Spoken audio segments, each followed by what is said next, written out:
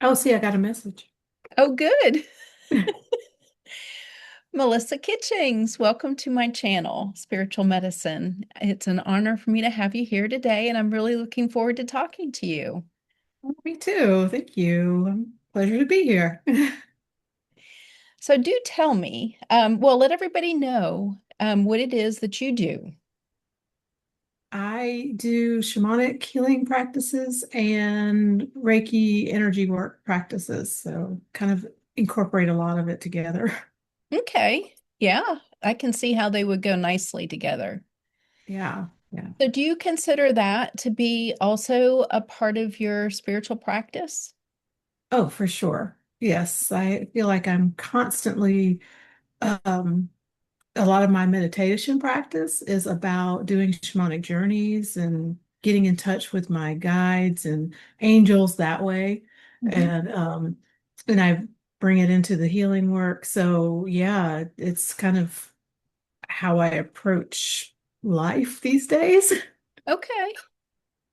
Interesting. So, do you have a specific form of meditation that you follow? I know because there's lots of different types of meditation out there. Yeah. Um, I generally like to do, I will do a guided meditation sometimes. Hmm. But typically, what I want to do, I just want to have that connection with that kind of higher being, higher self. And so, yeah, I will do some journey work just to go and kind of do this inside and ask questions sometimes just to get direction. Sometimes just to be in a more divine presence Hmm. than so that's my practice. Okay, interesting. So, the journey work in your meditation, would you say that that is reflective of what you've learned in your shamanic work and the work that you offer Yeah. others? Yeah. Yes. I learned how to do the journeys through my shamanic work. So, um, and gosh, started that so long ago. And so yeah, I do incorporate it into with my healing work as well with other people, helping them sometimes finding their spirit guides or their power animals, or just to go out into nature, kind of up here, or someplace find a sacred, safe space for themselves while we're doing this work inside of what is hopefully another sacred, safe space within the room and the building. Um, so yeah, it's definitely a huge part of it. I love that because I don't know that I've heard of anybody else really talking about meditation as a journey per se. I Mhm. feel like a lot of the people out talking about meditation, it's almost as if it's just this exercise, right? Like this rote exercise that we're going to do, and then on the end of it, once we're done, we're going to be peaceful. So it often, and I think that's a lot of why I've been reticent to work with other people that do meditation is it just feels very superficial to me. But when we Mm. start talking about doing journey work, and I know in the shamanic healing, it's very similar. It's a more about depth and really exploring. Oh yeah, yes. That's how to me, I feel like I get that connection, Hmm.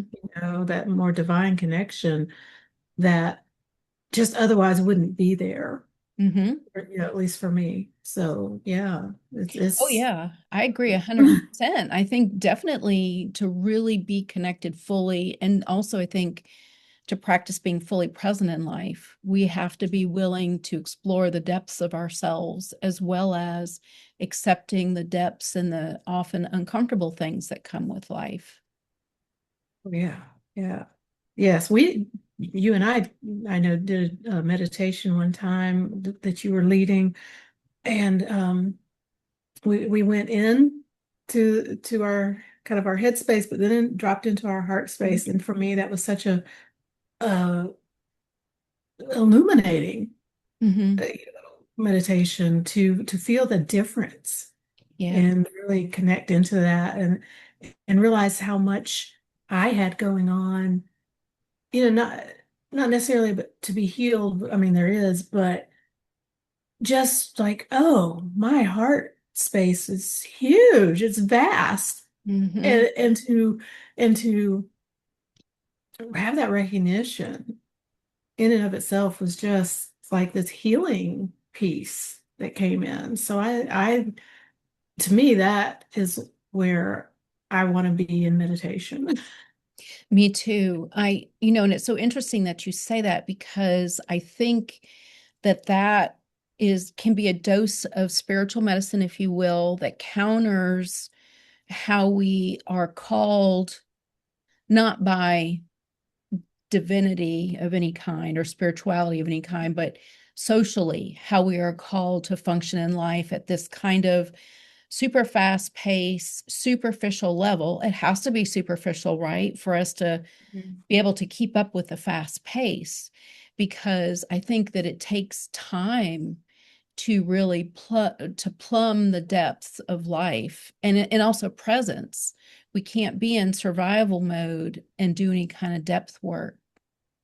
So Yeah. and so I think we miss out, right? And I think that can be the power of any kind of meditation or mindfulness practice is staying present and breathing and taking our time. And it doesn't have to be super slow, such as, super slow pace, but just a little bit slower from the constant demands of technology and life and those zipping around us. Yeah, I think I just yesterday, but even I mean constantly, I will find myself getting ooh, and then I'm like, just breathe for a minute. Just hang on, let's just breathe, bring that back, Yeah. and it's just that more centering. I had this experience the other day, um, looking at a pond of water, and it was pretty breezy that day. And so the surface was just, Mm. except for this one spot, and it was still. Oh, interesting. Yeah. I know. And I thought about you, and I thought about like just the conversations about things like just to me, it was just like this still Yeah. calmness in the midst of all the chaos and the movement and the energy. And of course, those things have to exist.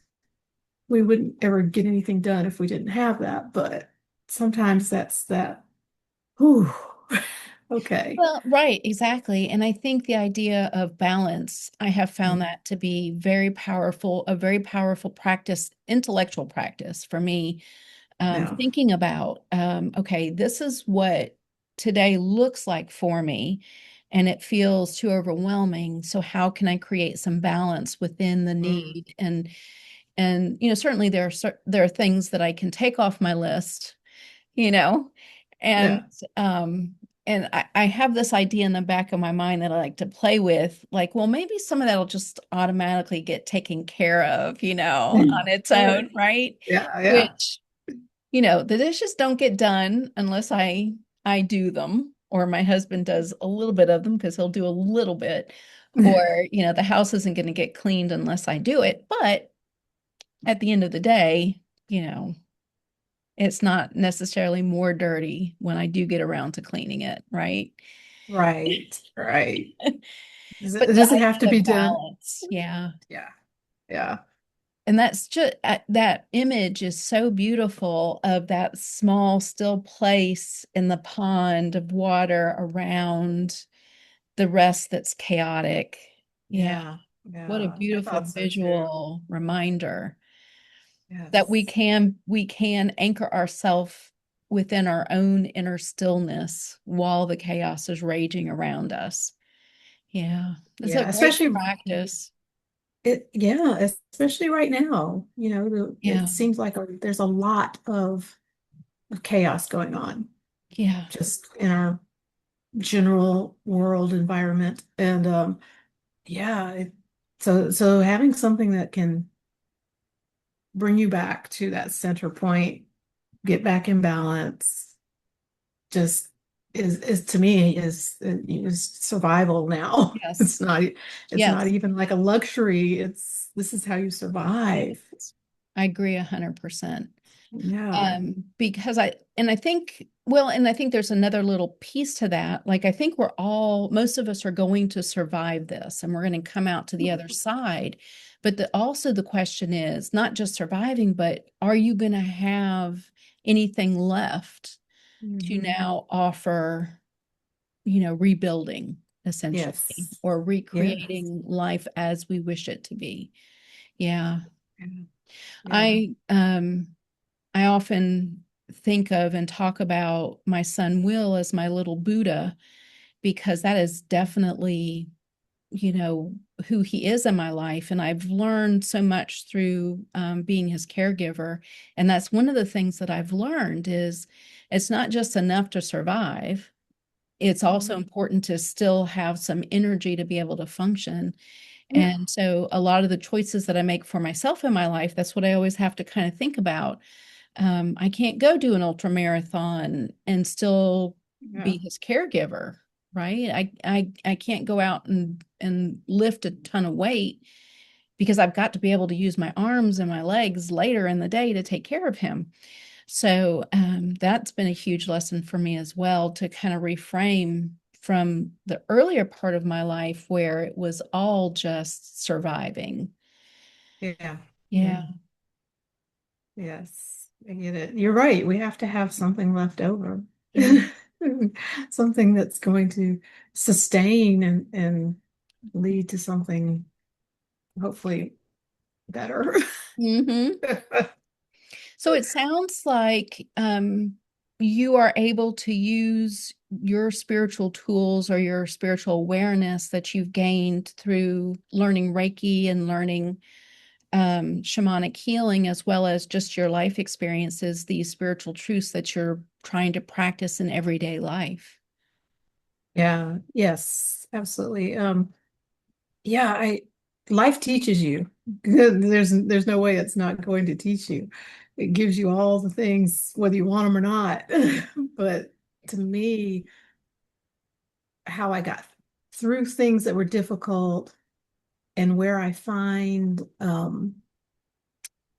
the ability to uh maybe recover is not the right word, but to accept, to heal, to move through has been through all those things that I've learned throughout Reiki and the shamanic practices kind of really opened up a lot of that for me. So those are the tools that I like to have now when I have clients that I can say, hey, yeah, I get it. I've been there. I've done that. This helped me. Maybe this is going to help you. Yeah. And I think that's beautiful too. When because I do the same, when we're able to take our own struggles, our own traumas that we've healed or that we've learned to figure out how to live with, how to overcome, and then we can then pass that wisdom on to others is so can be an additional for us individually transformative as well. Mhm. Um, I know my one of my first mentors, that's what she taught me was, and one of the ways that she taught me was she encouraged me to have a compost bin. And she said, now I want you to start a compost bin and put all your food scraps in the compost bin. And then after several months, I want you to look and see what's in there and what that looks like. And then we, of course, talked about, well, that's well and good, but how do you do that in real life with your own like emotion and trauma? And what does it Yeah. look like? Yeah. So passing that on to others was one of those ways for me to Yes. compost and transform some of what I'd experienced. Yeah. That I don't know about you, but I give my clients homework a lot of times. Hmm. And it's a reinforcement. It's like we did this work. You did amazing things in this session. How are we going to reinforce them, keep them Yeah. going? Right. What are you Right. going to do? Right. So, Yeah. And yeah, I do. Um, and I think I just, my surviving my childhood trauma has created a pragmatism within myself that I never realized that I had. And Mm, so I find that bringing that out in my therapy work with others is so powerful because you're telling them specifically, XYZ in everyday life creates this. mhm. And so I think people are certainly more willing to do the work when they recognize the practical application and just how powerful those things can be in their everyday experience of life Yeah. and Yeah. everyday struggles that come up. And I think definitely, it's that whole, what is that saying? If you give a man a fish, he'll eat for a day, but if you teach a man to fish, he'll eat the rest of his life. And I think if we teach people how to live life, how to do life from a perspective of healing old wounds and what that looks like in every day, how they can continue to do that kind of work, I think it's just far more powerful. Yeah. And I Yeah. think as a society, we need to see more healing, because I think a lot of what we're seeing right now is, old trauma that's been passed down and that's not been, the cycles that have not been broken, Mhm. are becoming more and more visible, as well as not just the fact that it's becoming visible, but we're becoming more and more aware of the impact that it has on all of us in everyday Yeah. life. Yes, I, one of the things I had done some work around is those ancestral patterns, which you Hmm. were talking about. It's like things have just come down, have been there for generations, just kind of keep going. And I'm like, hang on. You know, I don't want to keep this going. Yeah. There's things that I feel like, no, that's not that's not how we want to be anymore. That's Hmm. not the way we are. And so that's been some interesting work to do as Hmm. well. Just to be like, yep, nope, we're done with this. This pattern is not, Yeah. it's not helping me, but it's also not helping anybody, you know. Right.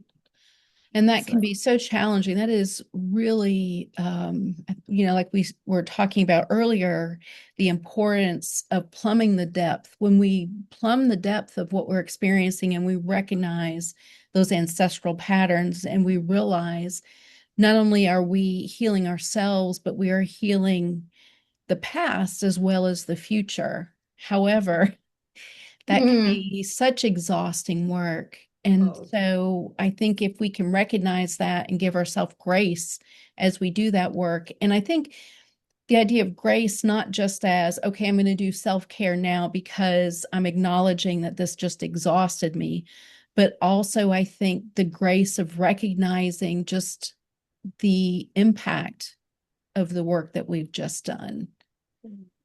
yes, yes, I get that.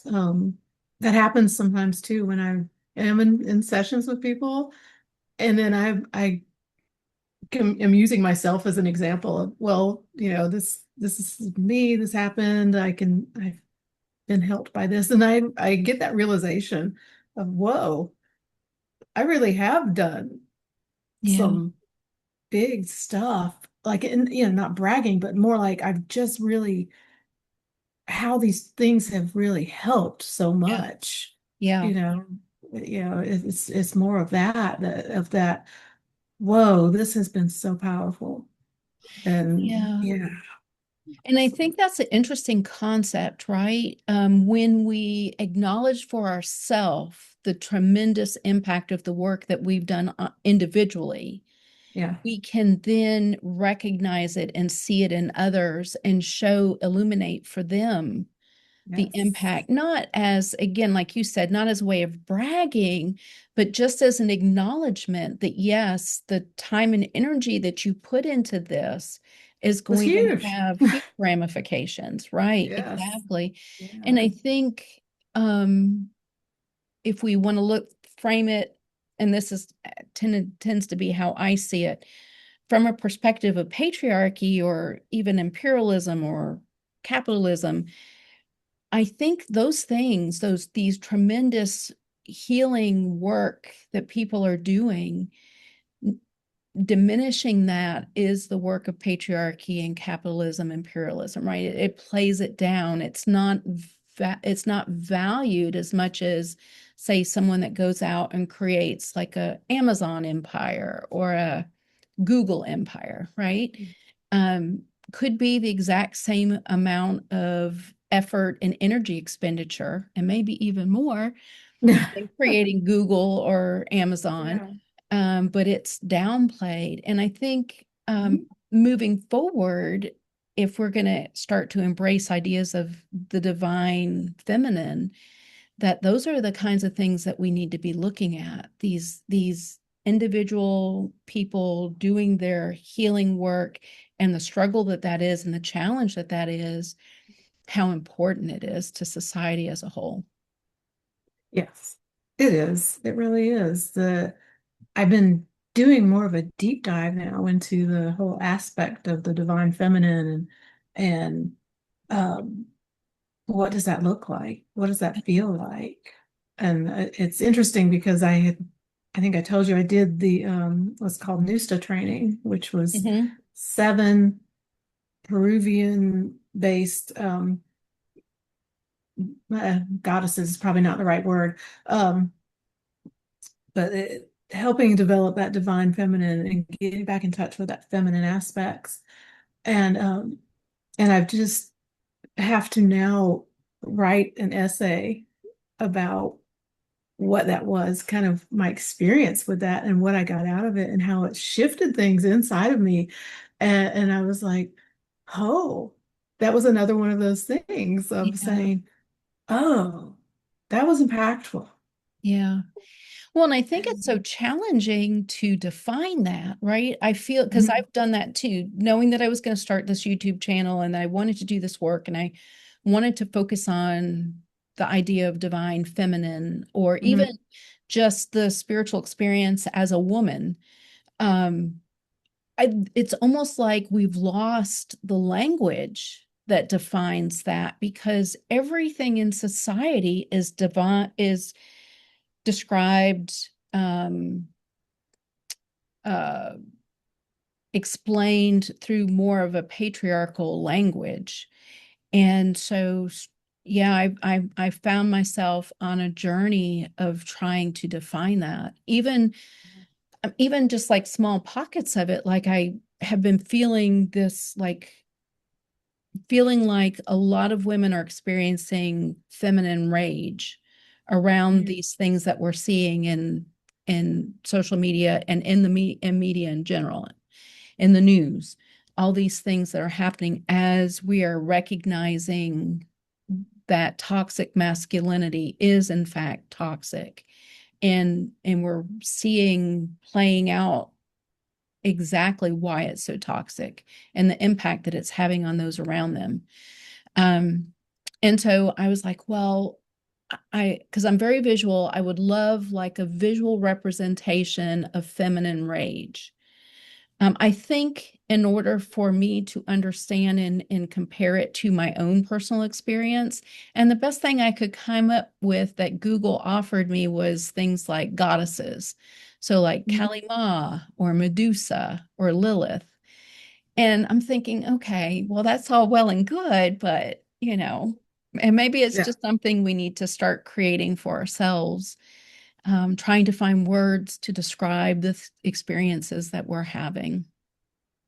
Yes. Yeah, I could see that. I feel like there needs to be a recognition in general uh, about the benefits of both that masculine energy and the Mm, feminine energy and the cooperation that needs to happen.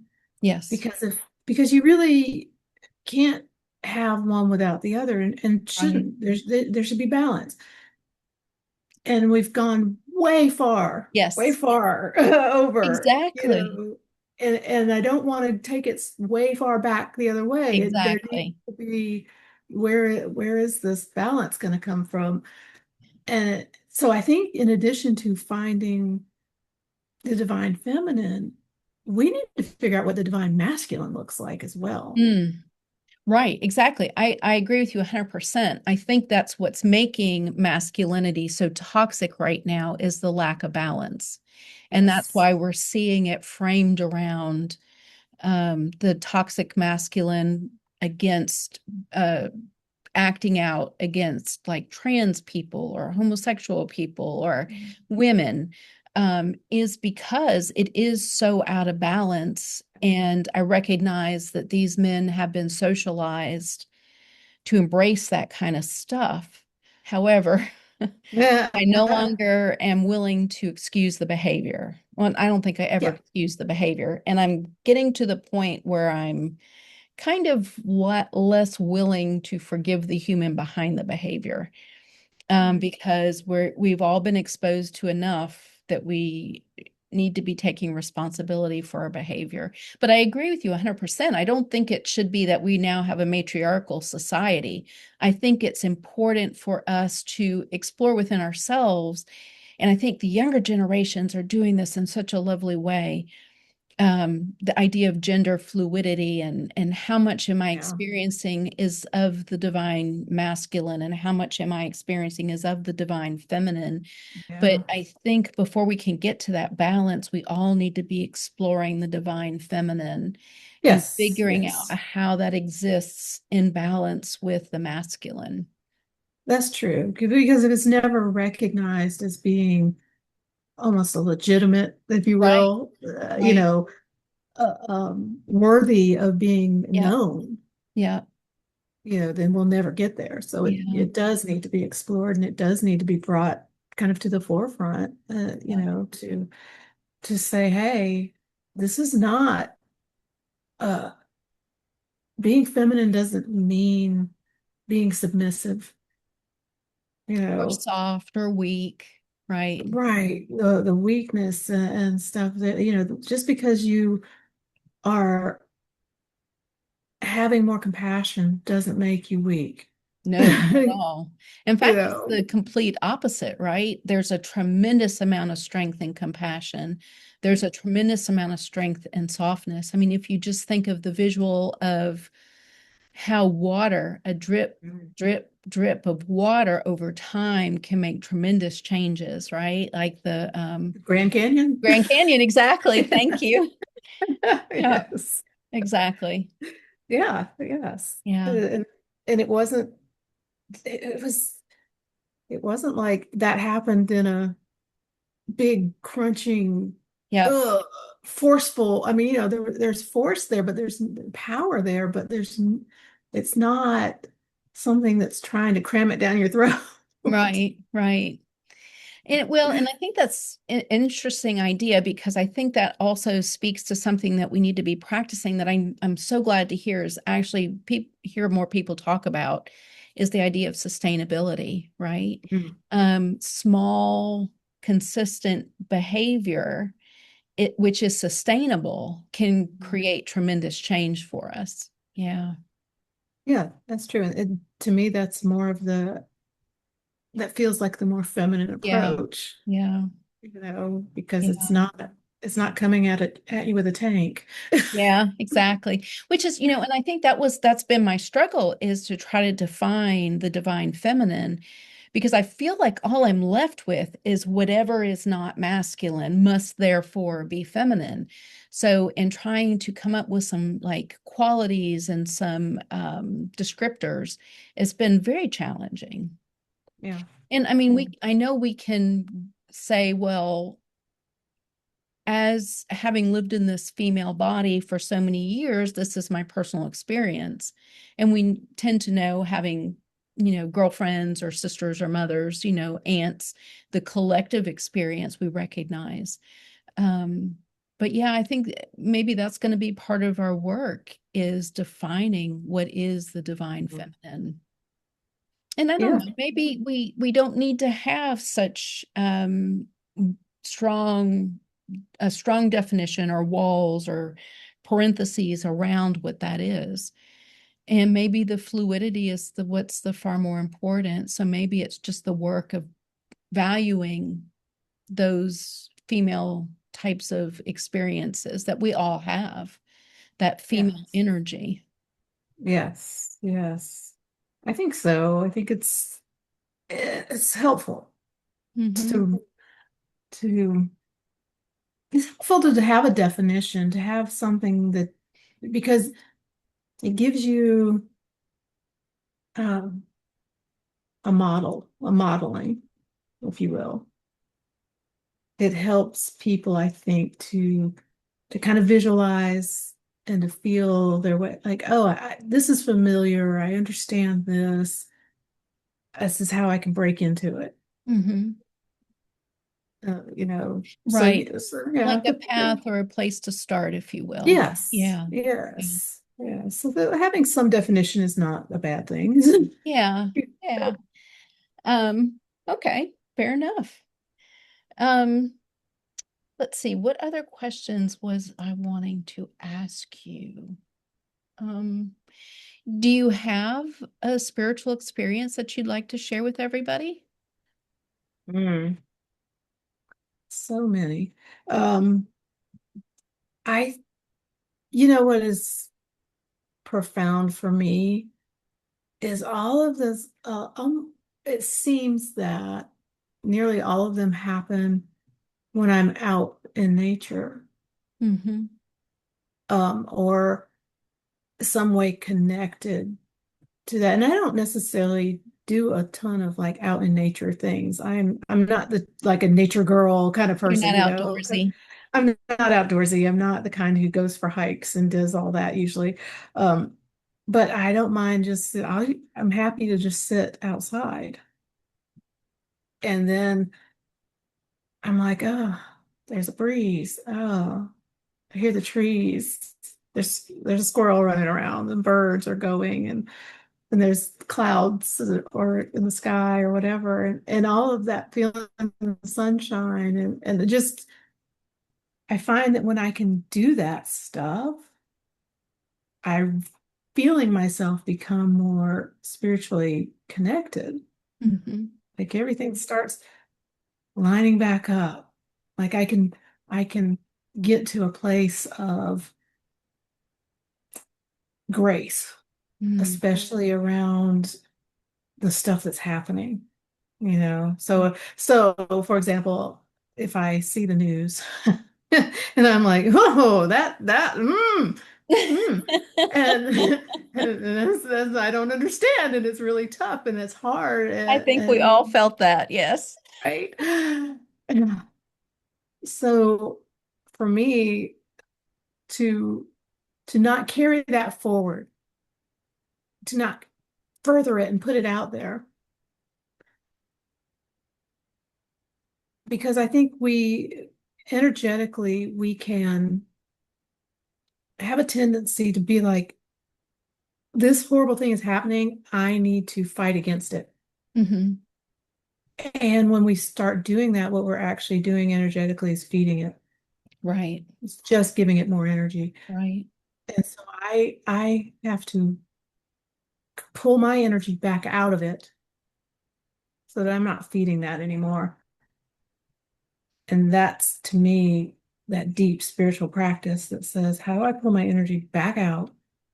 Because I did just get whoa, super engaged and sucked in and I'm really upset or hurt or whatever about things that are happening.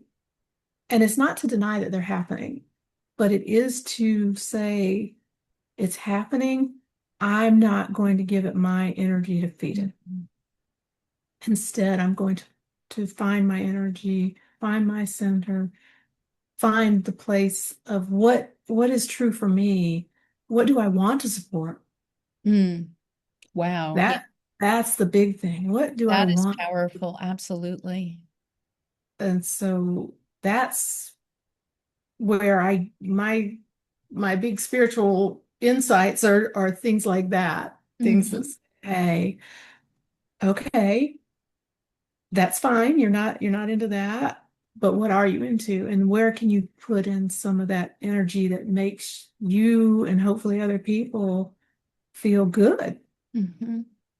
So you Yeah. were saying that being in nature helps you with that process? It does, just because I can tune back into it's funny. Sometimes I just look at it and I'm like, trees don't care. Yeah. Trees didn't watch the news. They Yeah. don't care. They're just doing their thing, being out here. And, the squirrels running around or whatever it is, they're just living their lives. Right. And it's like, oh, okay. That's some wisdom right there. Yeah. Yeah, So almost as though nature gives us a visualization of eternity, right? The yes. ability for it to be eternal. And we as humans are just a blip in that process. It's funny because I was thinking about that this morning, or yesterday. I was thinking, politics is a really funny thing, right? If you think about it in context of life, like the span of human life, the span of the universe, it is Mm. this almost absurd thing that we've created, right? This construct that we've created, um, and that we're engaging in, and that that a lot of us put so much weight, time, energy into, that I think if we do spend more time out in nature, it helps us to put that in a more healthy context, or a more healthy, yeah, context within the grand scheme of life. Yes. Yes. There's a reason that most cities plan where they're going to put trees. They plan to put greenery in a city. Hmm. Why is that? Yeah, Because we as humans need it. yeah. We need it. And it's places that don't have it that you see a lot of people are not as grounded. They're not, it's harder for them, I think, to connect with other people. Hmm. Um, because these are the places that support us, feed us, give us community. I know, which is sad when you think about how many people are so disconnected from nature, that have no relationship with nature. And I would imagine that some of the shamanic teaching, right, to reconnect and to create relationship with nature in general, trees, birds, other animals. Yes, it's a huge so the traditions that I studied Hmm. came from the Caro people in the upper Andes Mountains in Peru. Um, and yeah, that's kind of their whole thing. Is starting with the Pachamama, the Mother Earth, the gratitude and everything that she's involved in absolutely everything they do. Hmm. Every ceremony, every healing, every day event, just living, it involves that. It involves the recognition and the gratitude for what she's providing. Hmm. And I don't think that the work would be as impactful, as powerful as it can be, um, without that. So and I have to say that even though I grew up in a small town, there's plenty of nature around and stuff, and I was outside a lot, growing up as a kid. Um, I didn't have that feeling of connection to it the way I do now through that practice, through going through all of my training and all of my personal connections and healings. That was something that as I speak to you, I'm like, oh, I've come a long way. Yeah, So it was one of those moments. Um, and again, not about bragging, just about that recognition of wow, yeah. and it's made a difference in how I interact with people, with situations, with especially those situations that come up around politics, around the news, eh, the things that are sensationalized. Um, that has that's made a huge difference to me. I think, and just in how I'm able to disconnect and come back over into that center space. Yeah, I think when we talk about relationship, right? Like relationship to nature or our relationships, our personal relationships with our friends and loved ones, um, how powerful that is as a concept. And I suppose we could say that that tends to sit more in the realm of the divine feminine relationship does. And how powerful that is if we started to really um, literally value in society more, value relationships more versus the commodification that tends to happen, right? Like in patriarchy and capitalism, like in patriarchy and capitalism, nature has been commodified. You know, the value that nature has is determined by what resources can be extracted. Yeah. And if instead we learned, we relearned, we remembered how to be in relationship, how much more valuable that becomes as the whole versus the commodification of it. Um, you know, we're Yeah. coming to the end of how much limited resource we can extract from Mother Earth.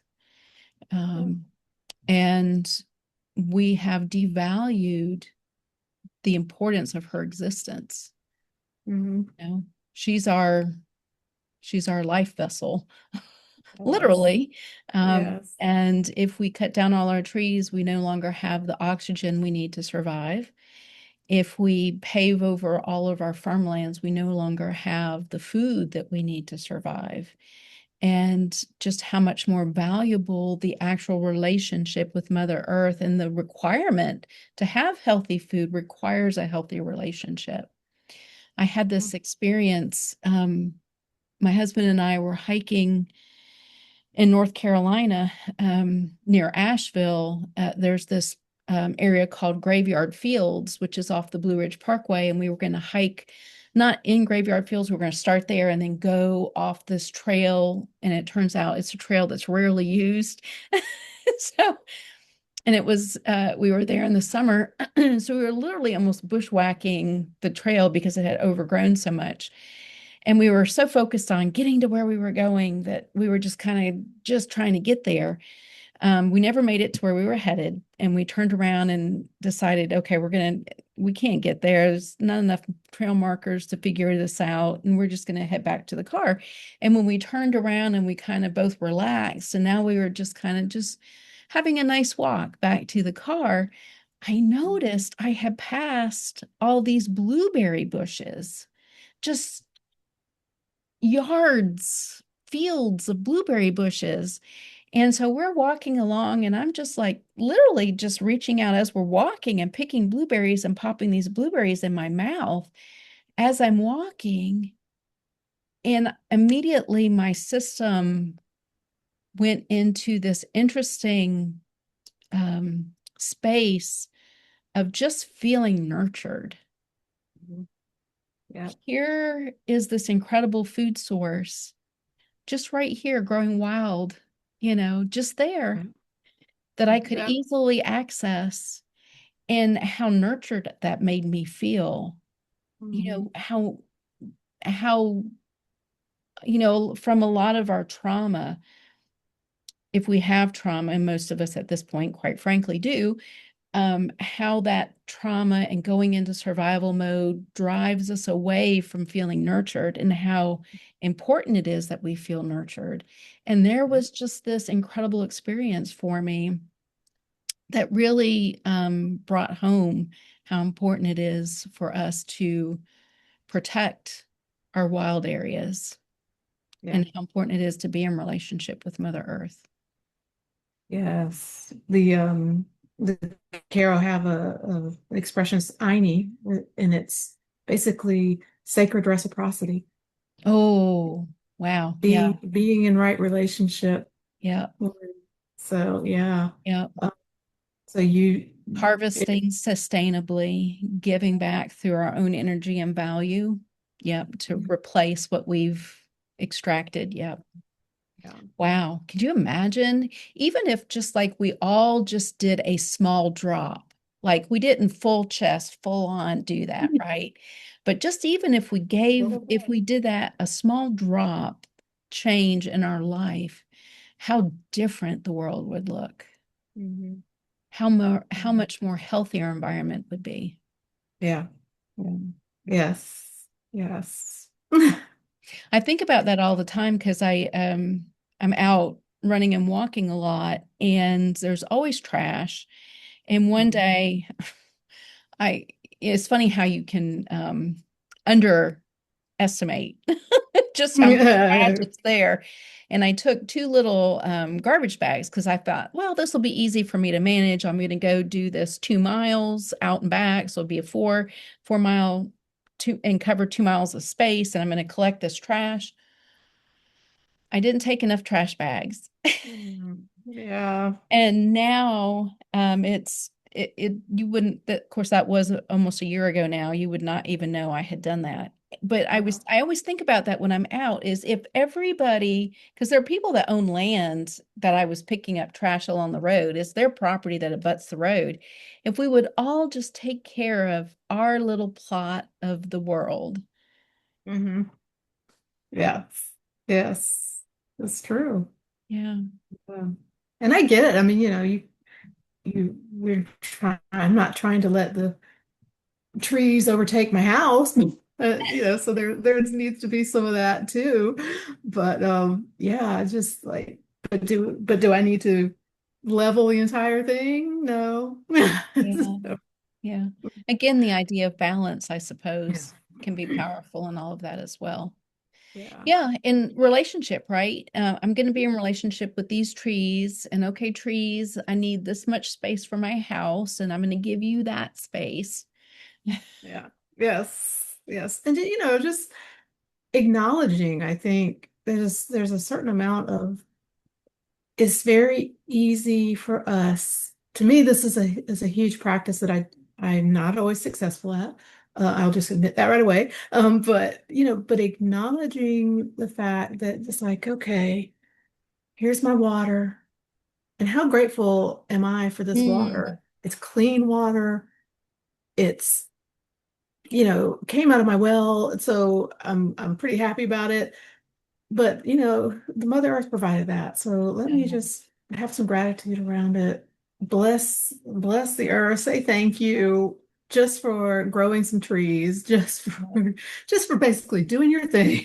Well, It's gratitude in and of itself is such a powerful energy, such a powerful word. If we think about huge. Dr. Emoto's research with the water crystals and what Hmm. he found, and Yeah. how just using gratitude can heal water. Yeah. Yes. Yes. Yes. Yeah, after I read his book and was exposed to his work, that totally changed a lot of my own healing. And also my work with Mhm. clients is, helping them to focus on gratitude. Just because, if nothing else, it reminds us, as bad as the world is, as awful as some of the stuff that we're seeing is, and it is horrible. It is like the evil coming to the surface. It's important to remember that there's still a tremendous amount of good. There's Oh, still yes. people out there that are doing incredible things. Like Mhm. like Mr. Rogers would say, look for the helpers. There are always helpers Okay. out there. So there's always people out there Yeah. doing good. And if we learn to be grateful for what we do have, grateful for the people in our lives that support us and encourage us. Mm. That Yes. can Yes. also help us to achieve some balance as we are observing all of the evil coming to the surface in the world. And yes, absolutely. Gratitude, putting gratitude into the water we're drinking, into Mother Earth, Yeah. remembering to be grateful for all that she offers is also, um, well, it's definitely part of my personal healing work with Mother Earth. Yeah. Is gratitude Yeah. is always part of that. I found too being sometimes very difficult practice is to be grateful for people you don't like Ah, yes. or for their actions, maybe, I don't know, but because what I've had to do personally is to take that and say, thank you for shining a light Yes. on something that needed to be healed, Yeah. Yeah. because there's a lot of healing Yes. I think maybe I didn't even realize needed to happen, Yeah. for Yeah. people. And so I can be grateful that there are some people out there, who have shown where we are still in need. Oh, absolutely. You know, Absolutely. and Well, so, hey, yeah, just even just the changes globally that we need to make as a society, as humans, um, the the correctness, what we need to correct in our relationship to be in right relationship with Mhm. Mother Earth, each other. Yeah, Yeah, yeah. there's a lot coming to the surface that's making that very obvious. So as a healer, I can find that very overwhelming, right? Because my almost knee-jerk reaction instinct is to, okay, that's healing work I need to now do. And I've learned over time after exhausting myself, you know, is that I only work within what hits my little sphere of the world, and I try to work there as much as I can sustainably. Are there any practices that you engage in in order to, I guess we're saying self-care in a way, that you do to take care of yourself in all of this, or maybe bumpers that you put up for yourself so that you don't get sucked into the idea of trying to go out and heal the world? Or maybe that's not an issue that you've ever had, because not No, everybody. no, I do understand that.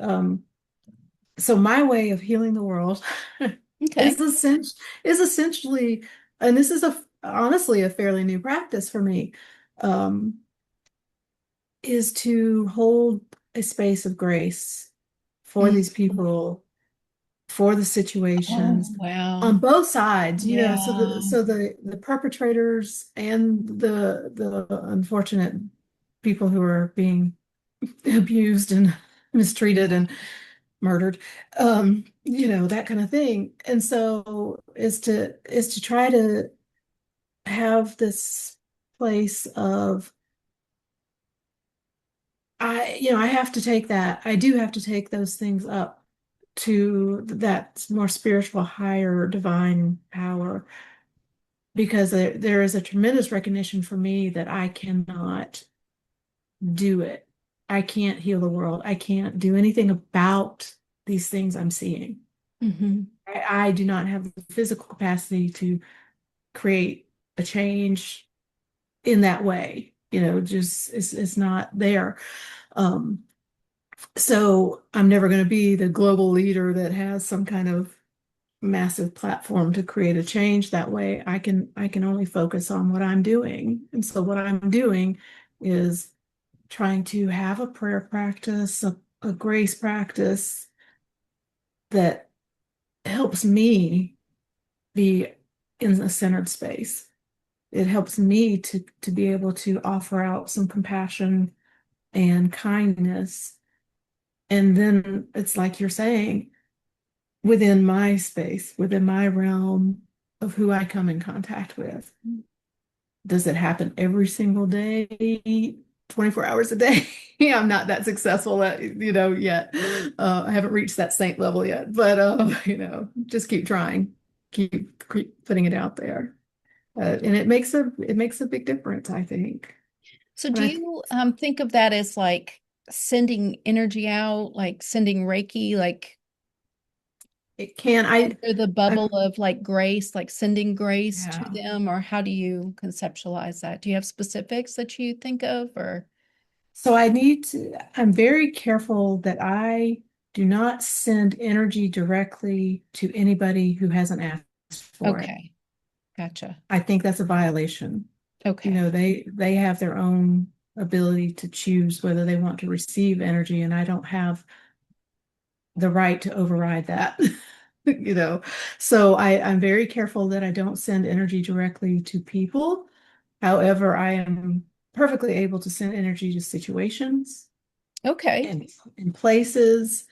And if and then if there's specific people that I'm like, oh, I can see you need some healing, you know, uh, that's a prayer. And the difference between sending energy directly and sending a prayer is that I'm asking for that divine intervention to handle it the way it needs to be handled because I don't have that bigger, broader picture that says, true. hey, Yeah, these things are happening and these people are here, and the things that are happening that I find so horrible and repulsive are happening for a much, much bigger right, purpose right. that I understand, don't Yeah. have the capacity to understand why we as humans uh, are in this place right now. Hmm.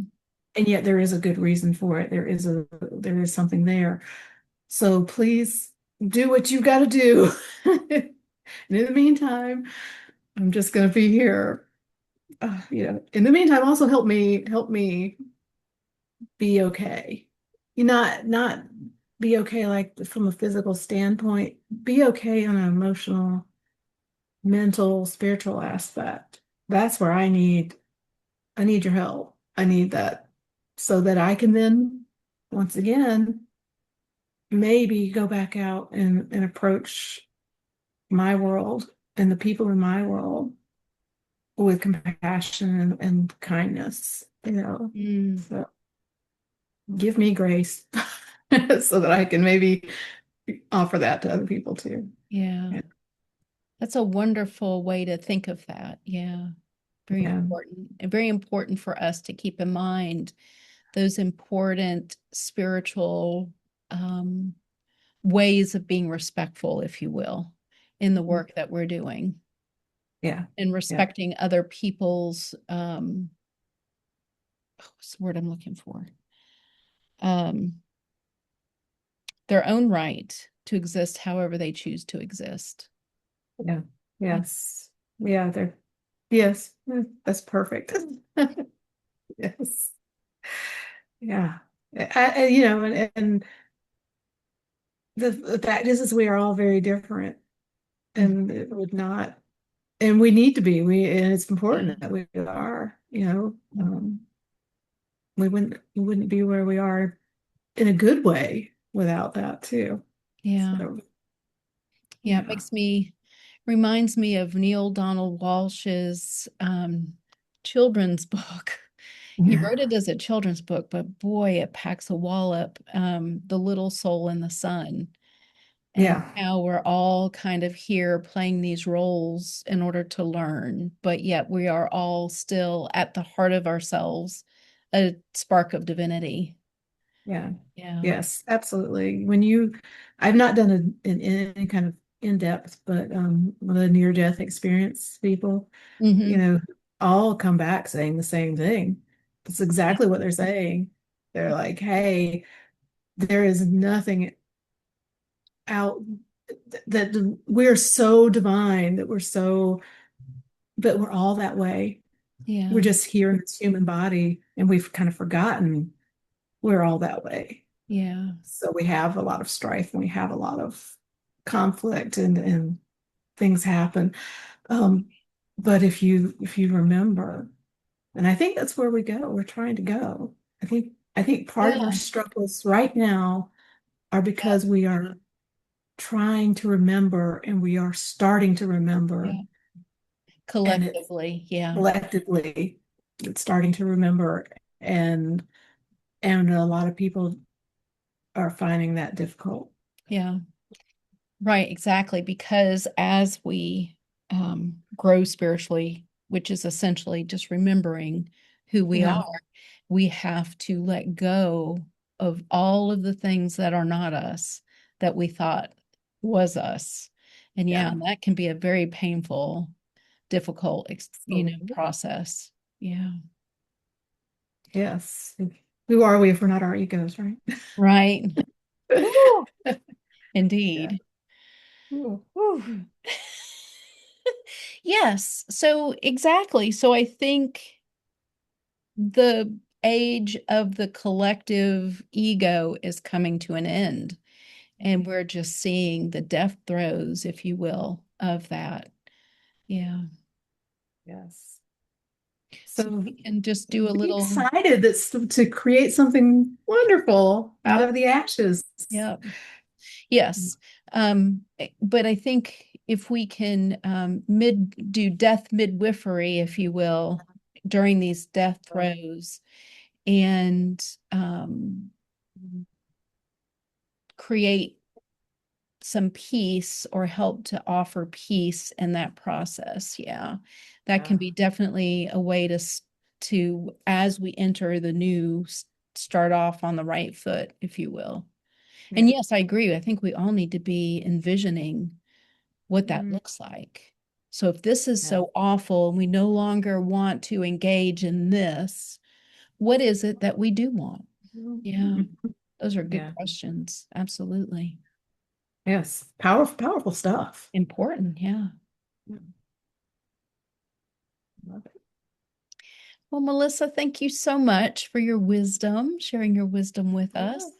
And if you can, I think you've already sent me because we tried this already once before and I neglected to record it. So I think I have your contact information, which I'll make sure is there that people can reach out to you to Okay. receive more of your wisdom. Thank you. It's been a pleasure. Yeah, thank you. Yeah.